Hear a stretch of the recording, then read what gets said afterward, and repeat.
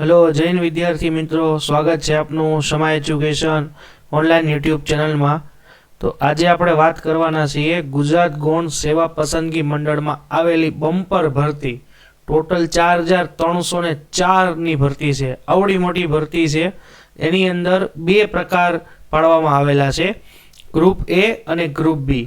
બરોબર, આને કોમ્બાઇન competitive exam CCE તરીકે ઓળખવામાં આવે છે અને આની અંદર બે ગ્રુપમાં ભરતીઓ બહાર પડેલી છે અને ટોટલ 4304 ભરતી છે। જોઈએ આપણે શું છે આની અંદર। તો સૌથી પહેલા આપણે એ જોઈએ કે કઈ કઈ જગ્યાઓ પર ભરતી પડેલી છે। એમાં જે ગ્રુપ એ છે ને એમાં ટોટલ 18 જગ્યાએ ભરતીઓ બહાર પડેલી છે, જેમ કે હેડ ક્લાર્ક છે, સિનિયર ક્લાર્ક છે, ઓફિસ આસિસ્ટન્ટ છે, કલેક્ટર કચેરીના ક્લાર્ક છે, એવી ટોટલ 18 ભરતીઓ આપણને જોવા મળે છે। જ્યારે ગ્રુપ બી ની આપણે વાત કરીએ તો એની અંદર બે પ્રકારની ભરતીઓ છે કે જેમાં જુનિયર ક્લાર્ક અને આસિસ્ટન્ટ ડેપો મેનેજરની આપણે ભરતી જોવા મળે છે, જે ગુજરાત રાજ્ય નાગરિક પુરવઠા નિગમ લિમિટેડની અંદર જોવા મળે છે। મહત્વની તારીખની વાત કરીએ તો આની અંદર ઓનલાઈન અરજી કરવાની શરૂઆત 4/1/2024 થી થવાની છે અને ઓનલાઈન અરજીનો છેલ્લી તારીખ 31/1/2024 છે।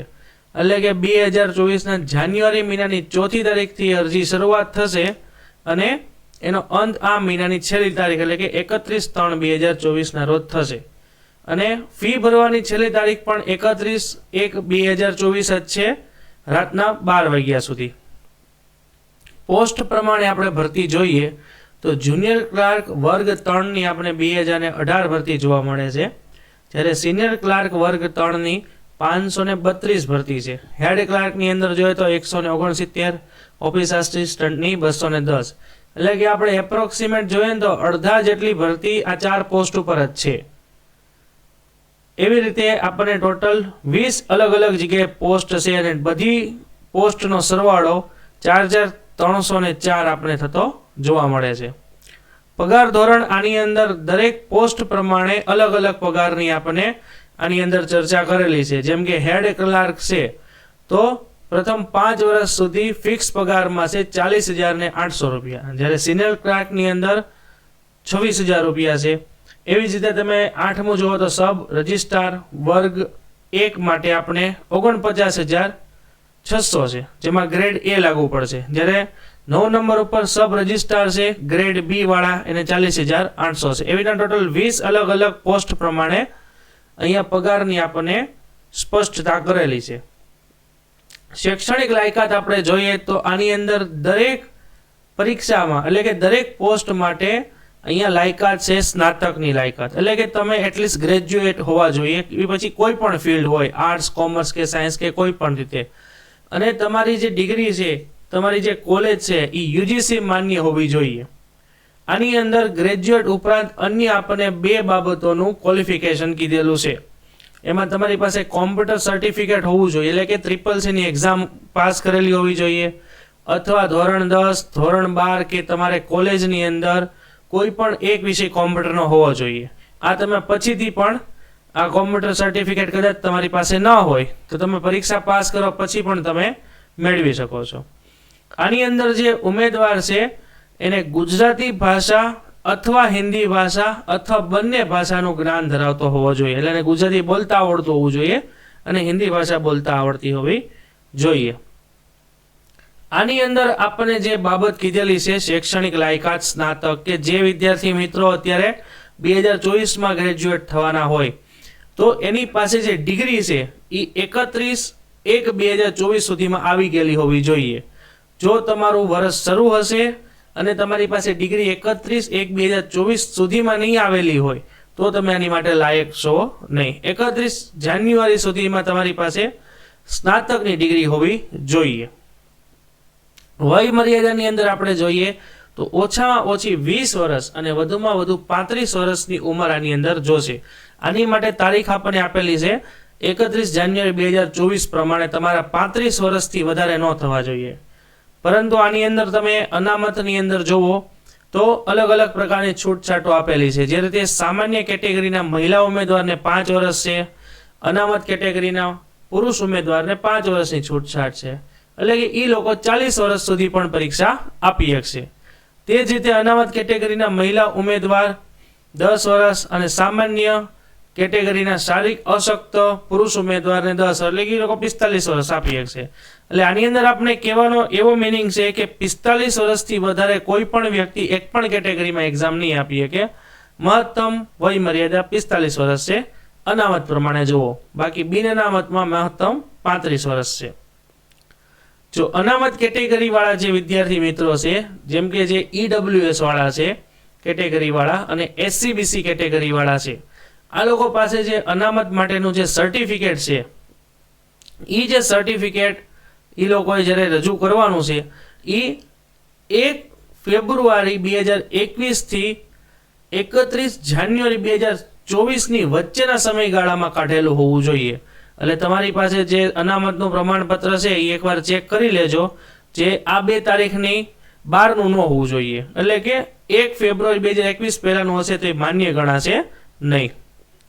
હવે આની અંદર આપણે અરજી કઈ રીતે કરવાની છે, તો અરજી માત્ર ને માત્ર ઓનલાઈન કરવાની છે, જે ઓજસની વેબસાઇટ ઉપર તમે કરી શકશો, એટલે કે ojas.gov.in પર. અહીંયા આપણે તમારે જે અરજી કરવાની છે એ સેમ, તો કે 4 જાન્યુઆરીથી લઈને 31 જાન્યુઆરી સુધી તમે રાતના 12 વાગ્યા સુધી અરજી કરી શકશો. પરીક્ષા ફીની જો આપણે વાત કરીએ તો આની અંદર જે બિન અનામત વર્ગના ઉમેદવારો છે એને 500 રૂપિયા ફી ભરવાની છે, જ્યારે અનામત વર્ગના ઉમેદવારો છે એ પછી મહિલા હોય, એસસીબીસી હોય, એસટી, એસસી, ઓબીસી, કોઈ પણ દિવ્યાંગ કે એક્સ આર્મી હોય, એ લોકોએ 400 રૂપિયા ભરવાની છે. હવે વિદ્યાર્થી મિત્રો, તમે આ જે પૈસા ભરો છો એ તમે જો પરીક્ષામાં ઉપસ્થિત રહેશો અને પરીક્ષા આપશો ને, એટલે આ પૈસા તમારા ખાતામાં રિફંડ આવી જશે. એટલે આ લોકોએ આવી રીતની સુવિધા કરી છે, જેનાથી વધારાના ઉમેદવારો કોઈ આવે નહીં અને પરીક્ષામાં ઓછા ઉમેદવારો પોતે જે લોકોને પરીક્ષા દેવાની જ નથી એ લોકો આમાં આવે જ નહીં. બરાબર, તમે પરીક્ષા આપશો એટલે તમારા ખાતામાં પૈસા રિફંડ આવી જશે. જે પરીક્ષા નહીં આપે એને પૈસા રિફંડ મળશે નહીં. સિલેક્શન પ્રોસિજરની જો આપણે વાત કરીએ તો સૌથી પહેલા તમારે આ 2 તબક્કામાં છે. સૌથી પહેલા તમારે પ્રિલિમ એક્ઝામ આપવાની છે. આની અંદર આ જે પ્રિલિમ એક્ઝામ છે એ સીબીઆરટી આધારિત હશે, એટલે કે કોમ્પ્યુટર બેઝ રિસ્પોન્સ ટેસ્ટ આધારિત હશે. આની અંદર જે ગ્રુપ એ અને ગ્રુપ બી ના ઉમેદવારો છે બંને માટે એક કોમન એક્ઝામ જ લેવાશે, જે એમસીક્યુ બેઝડ કોમન એક્ઝામ હશે. આ એક્ઝામ તમે પાસ કરશો પછી તમારે મેન્સ એક્ઝામ આપવાની રહેશે. મેન્સ એક્ઝામની અંદર જે ગ્રુપ એ ના ઉમેદવારો છે એને રિટર્ન એક્ઝામ આપવાની છે, એટલે કે લેખિત પરીક્ષા આપવાની છે. એની અંદર એ લોકોએ 3 પેપર આપવાના રહેશે. જ્યારે બી ગ્રુપના ઉમેદવારો છે જેણે 1 પેપર દેવાનું છે, જે પ્રિલિમ એક્ઝામની જેમ જ તે એમસીક્યુ બેઝડ ઓનલાઈન એક્ઝામ હશે. જો આની અંદર હવે આપણે વાત કરીએ પ્રિલિમ એક્ઝામની, તો ગ્રુપ એ અને ગ્રુપ બી વાળાને બંનેને કોમન એક્ઝામ છે, જે કોમ્પ્યુટર ઉપર લેવાની છે. આ એક્ઝામ 100 એમસીક્યુ આની અંદર પ્રશ્નો હશે, ટોટલ 100 માર્ક્સનો પેપર હશે, એટલે કે દરેક પ્રશ્નોનો અહીંયા 1 માર્ક આપણને જોવા મળે છે. ને સમય મર્યાદા આપણે ટોટલ 1 કલાકની છે, એટલે કે 60 મિનિટની છે. જો આની અંદર તમારી પરીક્ષામાં કોઈ ખોટો જવાબ આવશે એટલે તમારા 0.25 માર્ક્સ છે એ નેગેટિવ થશે. આની અંદર કુલ 7 ગણા ઉમેદવારો પસંદ કરવાના આવશે, એટલે કે આ 7 ગણા ઉમેદવારો છે એ પસંદ થશે અને એ જ લોકો મેન્સ એક્ઝામ પાસ કરી શકશે. આની અંદર ક્વોલિફાઈંગ સ્ટાન્ડર્ડ એટલે કે પાસ થવા માટે તમારે આ એક્ઝામની અંદર ઓછામાં ઓછા 40% માર્ક લાવવાના છે, એટલે કે 100 માર્ક્સનો પેપર છે, એટલે ઓછામાં ઓછા 40 માર્ક લાવશો તો તમને મેન્સ એક્ઝામ દેવા મળશે. પહેલી એક્ઝામ છે આપણી જે પ્રિલિમ એક્ઝામ છે, એનો જે સિલેબસ છે એ ગ્રુપ એ અને ગ્રુપ બી માટે બંને માટે એક જ સિલેબસ છે. એની અંદર ટોટલ 4 વિષય છે, જેમાં રિઝનિંગ 40 માર્કનું આપણે જોવા મળે છે, પછી એપ્ટિટ્યુડ આપણે 30 માર્કનું જોવા મળે છે, જ્યારે ઇંગ્લિશ છે આપણે 15 માર્કનું છે અને ગુજરાતી આપણે 15 માર્કનું છે. ટોટલ 100 માર્ક્સનો પેપર છે. આ 4 જ વિષય તમારે કરવાના છે, બીજું કાંઈ કરવાનું નથી. હવે આ એક્ઝામ પાસ કરશો એટલે મેન્સ એક્ઝામ આવશે. જે ઉમેદવારો ગ્રુપ એ વાળા છે એ લોકોએ આની અંદર રિટર્ન એક્ઝામ દેવાની છે. ટોટલ 3 પેપર હશે. એમાં પહેલો પેપર 100 માર્ક્સનો છે, એ 3 કલાકનો છે, જે ગુજરાતી વિષયનો છે. જ્યારે બીજો પેપર છે એ પણ 100 માર્ક્સનો 3 કલાકનો રહેશે. ઇંગ્લિશનો પેપર છે. અને ત્રીજો પેપર છે એ 150 માર્ક્સનો છે, જે જીએસનો પેપર છે, જનરલ સ્ટડીઝનો.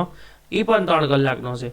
એટલે તમે સમજો કે 350 માર્ક્સ, એટલે કે એક પ્રકારે મિની જીપીએસસી જેવી આ એક્ઝામ રહેશે. 350 માર્ક્સની તમારે રિટર્ન એક્ઝામ દેવાની છે. ગ્રુપ બી ના જે ઉમેદવારો છે એણે જે પ્રિલિમ એક્ઝામ આપી હતી એ જ રીતે MCQ પ્રકારની ઓનલાઈન એક્ઝામ દેવાની છે, કોમ્પ્યુટર આધારિત એક્ઝામ. એની અંદર ટોટલ 7 આપણને વિષયો આપેલા છે. એમાં ઇંગ્લિશ 20 માર્ક્સનું રહેશે, ગુજરાતી 20 માર્ક્સનું રહેશે, polity, public administration, RTI, CPS, PCA total 30 માર્ક્સનું રહેશે, હિસ્ટ્રી, જિયોગ્રાફી, કલ્ચર 30 માર્ક્સનું રહેશે, economics, environment, science and technology 30 માર્ક્સનું રહેશે, કરંટ અફેર અને કરંટ અફેર રિઝનિંગ સાથે 30 માર્ક્સનું રહેશે, જ્યારે છેલ્લે રિઝનિંગ છે 40 માર્ક્સનું. ટોટલ તમારો પેપર છે 200 માર્ક્સનો હશે. અને આ એક્ઝામ 2 કલાકની હશે, એટલે કે 120 મિનિટનો તમને સમય આપવામાં આવશે ઓનલાઈન એક્ઝામ માટેનો. ઓકે, તો આ વિડીયો તમને જો ગમ્યો હોય તો ચેનલને લાઈક કરો અને સબસ્ક્રાઈબ કરો. ઓકે, મળીએ છીએ આપણે નેક્સ્ટ વિડીયોમાં. ત્યાં સુધી આવજો. Thank you.